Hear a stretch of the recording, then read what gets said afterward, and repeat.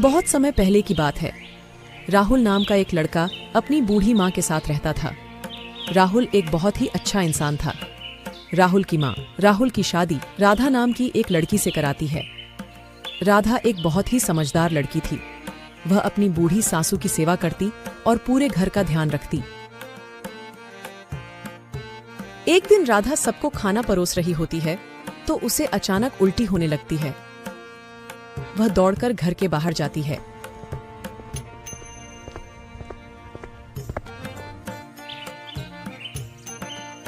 राधा, तुम ठीक तो हो ना? अचानक तुम्हारी तबीयत कैसे खराब हो गई?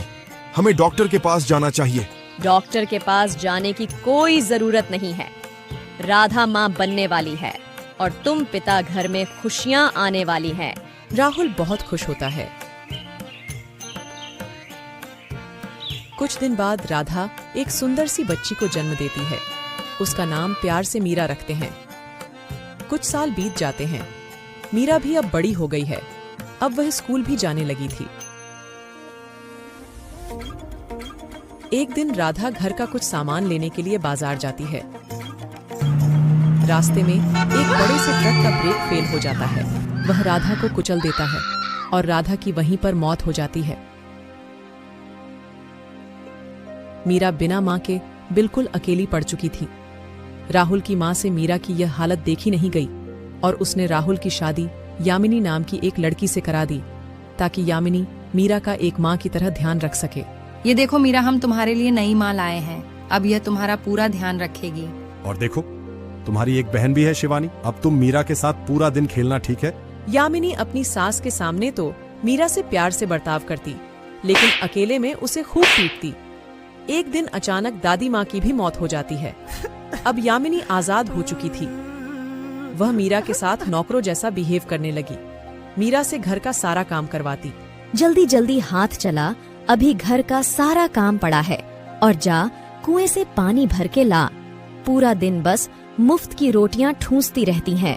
यामिनी मीरा के सामने अपनी बेटी शिवानी को प्यार से खाना खिलाती, जिसे देख मीरा को भी अपनी माँ की याद आने लगी। ए लड़की, यहाँ खड़ी क्या सोच रही है? मैंने तुझे कहा था ना कि पानी भर के ला। पता नहीं अपनी माँ के साथ ये भी ऊपर क्यों नहीं चली गई। मीरा उदास होकर कुएं पर पानी भरने चली जाती है।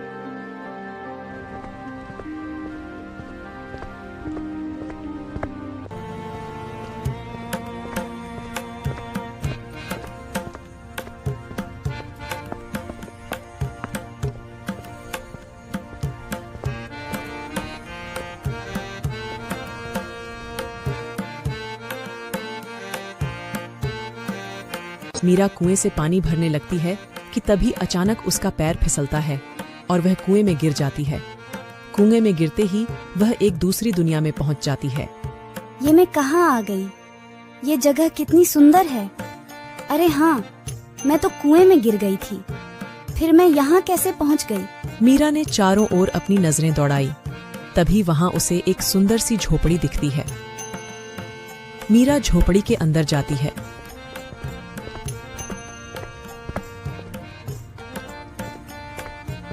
वहां एक सुंदर औरत बैठी थी। उस औरत की आंखें नीले मोती जैसी चमक रही थीं।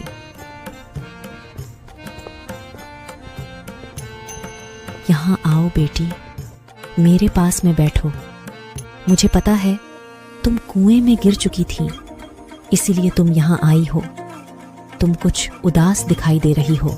मीरा उस औरत को सारी बात बताती है कि किस प्रकार उसकी सौतेली माँ उसे परेशान करती है।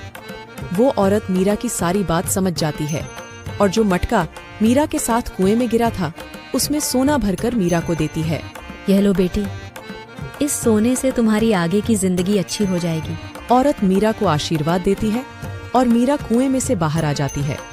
मीरा सोने का मटका लेकर अपने घर आ जाती है। मटके में इतना सारा सोना देखकर यामिनी सोच में पड़ जाती है। ए लड़की, तू इतना सारा सोना कहाँ से लेकर आई है? कोई खजाना मिल गया क्या? ये सोना मुझे एक देवी माँ ने दिया है। ला, ये सोना मुझे दे दे, मैं इसे अंदर रख देती हूँ। यामिनी मीरा के हाथ से मटका छीन लेती है। अब खड़ी खड़ी मेरा मुंह क्या देख रही है? जा, और सुबह के बर्तन पड़े हैं, जाकर धो। मीरा जाकर बर्तन धोने लगती है। उधर यामिनी सोचने लगती है। अगर इस लड़की ने राहुल को सारी बात बता दी कि सोना कहाँ से आया है, तो राहुल मुझसे यह सोना वापस ले लेगा। फिर मुझे और मेरी बेटी को घर से निकाल देगा। मुझे पहले ही इस लड़की को ठिकाने लगाना होगा।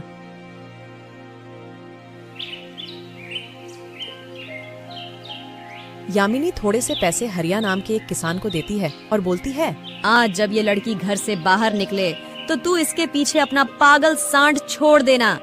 वो सांड इसे कुचल कुचल कर मार देगा और फिर मेरी सारी प्रॉब्लम खत्म हो जाएगी। सब कुछ प्लान के हिसाब से ही हो रहा था। हरिया सांड को लेकर खड़ा था। तभी शिवानी घर से बाहर निकलती है। हरिया शिवानी को गलती से मीरा समझकर सांड को छोड़ देता है। तभी कुएं से पानी निकालकर मीरा घर ही आ रही होती है। वह देखती है कि एक पागल सांड तेजी से शिवानी की ओर आ रहा है। यामिनी भी यह देखकर रोने लगती है। मेरी ही गलती है, मैंने यह घिनौना काम करने का सोचा। हे भगवान, मेरी बेटी को बचा ले। मैं फिर कभी ऐसा काम नहीं करूंगी। मीरा मटका वहीं पर फेंकती है और सांड की तरफ आवाज करते हुए दौड़ती है। सांड मीरा की आवाज सुनकर शिवानी का पीछा छोड़ मीरा के पीछे पड़ जाता है। शिवानी दौड़कर पेड़ पर चढ़ जाती है। मीरा भी अपनी जान देने को तैयार थी। मार दो मुझे नंदी महाराज, वैसे भी मुझे कोई प्यार नहीं करता। मेरी माँ मुझे छोड़कर चली गई। अब इस दुनिया में मेरा कोई नहीं है, कोई भी नहीं। सांड बिना मीरा को कोई नुकसान पहुंचाए खेतों में भाग जाता है। यामिनी दौड़ कर जाती है और मीरा को गले से लगाती है। मेरी बच्ची, मुझे माफ कर दे। मैंने तुझे कितना दुख दिया, फिर भी तू हमारे लिए अपनी जान देने के लिए तैयार हो गई। मैंने हमेशा तेरे साथ सौतेलो जैसा व्यवहार किया। नहीं माँ, तुम ऐसे मत बोलो। तुम हमेशा से मेरी माँ ही थी और आज भी मेरी माँ ही हो। उस दिन के बाद यामिनी मीरा का शिवानी से भी ज्यादा ध्यान रखने